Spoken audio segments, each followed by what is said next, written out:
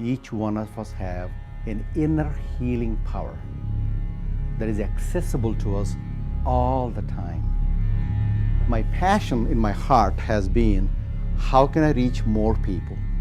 How can I help more people to become aware of the inner healing power they have in themselves?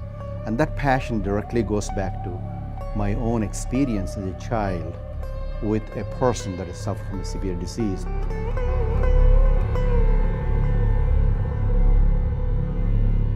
I was born in India to a middle-class family with two sisters, well, a sister 2 years older than me and a sister 2 years younger than me.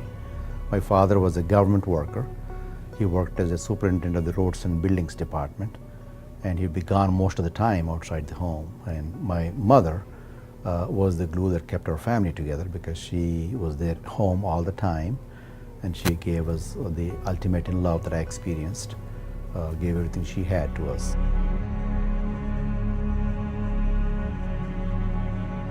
Until I was 9 years old, and suddenly disaster struck in the form of something strange happened to my mother.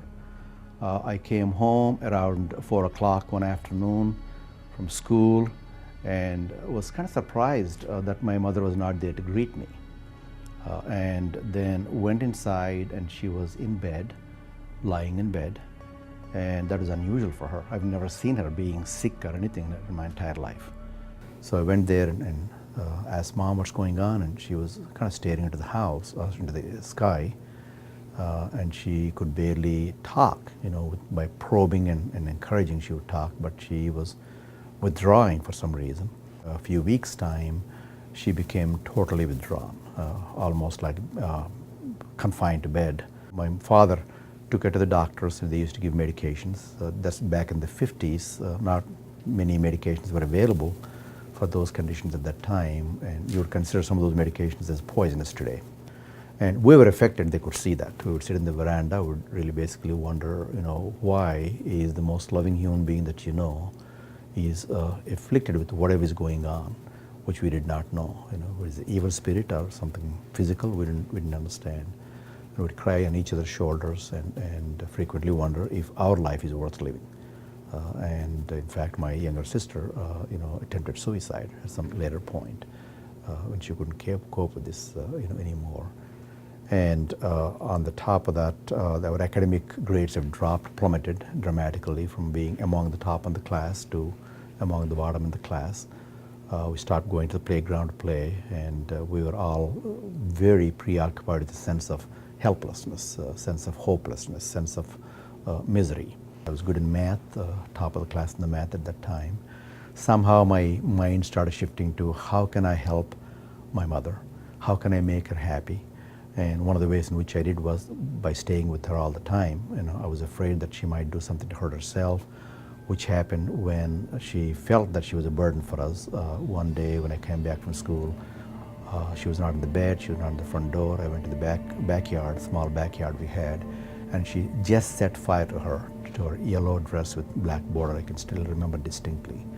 And I was a short boy, 9-year-old boy, and I fell all over her. And luckily the fire, you know, was put off. Very lucky. If it spread more, I wouldn't have been able to put off. And then that night, I was worried about her. I was awake watching her. You know, we had several beds in the same room. We had a large bedroom that we all slept in, several beds separated. And I watched her whole night. Early morning, before everybody else woke up, before the light came on, just early hours of the dawn, she got up, picked up all the strength she had, and walked out of the front door. She started walking on the street, and I followed her, and about 1.5, 2 miles from her home, there is a tributary of a river. She proceeds to that place, and then proceeds into the tributary of the river, into the water. At first, I didn't understand what she was doing. And then she proceeds into the water, and she was beginning to become deeper and deeper in water. I was a little short boy, I didn't know how to swim. And I called, Mom, Mom, come back, and she would look at me, but wouldn't come back, would proceed. Finally, I decided to go ahead and catch her. And I finally caught on to her. By the time, I was gasping for breath myself.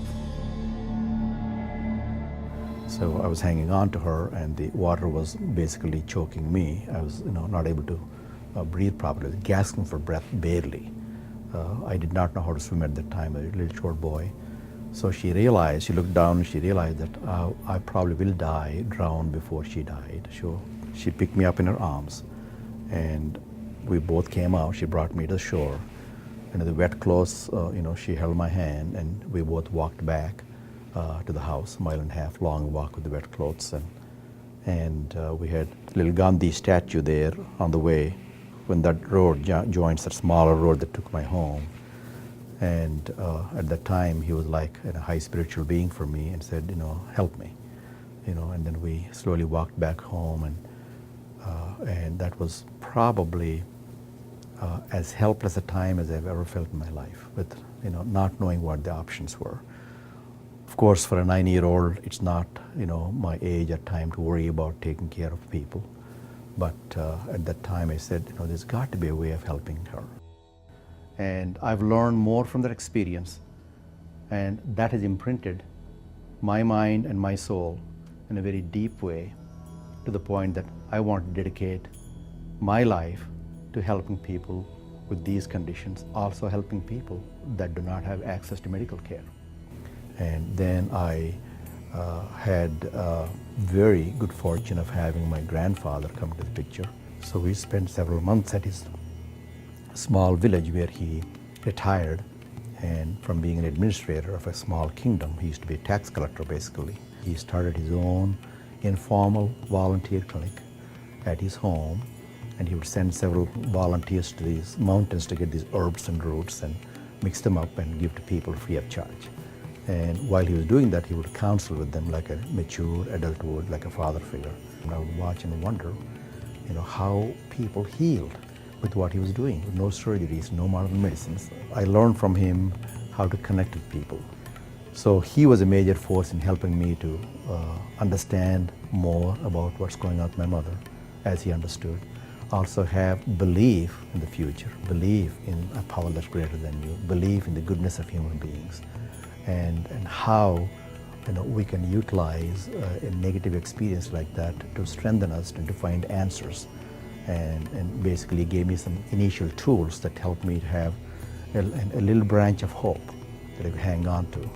And I was very good at school. With that intention of really doing something, I said, I'm going to be a healer of some kind. So the medical school was the next best thing I know. So I studied hard to go to medical school at a very early age of 15 and a half, and I was accepted to medical school. And from then onwards, we tried to find modern cures for her. So the dean of the medical school really liked me for some reason, and he used to do some research and help me understand, our family doctor understand what's going on with mother, and try to get some medications and some other treatments. And that led to some few years of reasonably comfortable life for her till the end. But her illness and what she's been through left a permanent mark in my life. That's in a short story of what I've been through and what shaped me. I think what I'm doing today, what I'll be doing for the next 20, 30 years, if God gives me that much life, is completely predetermined to a great extent by the suffering of the most loving human being that I've ever been in my life with. And that's the person that brought me to the world.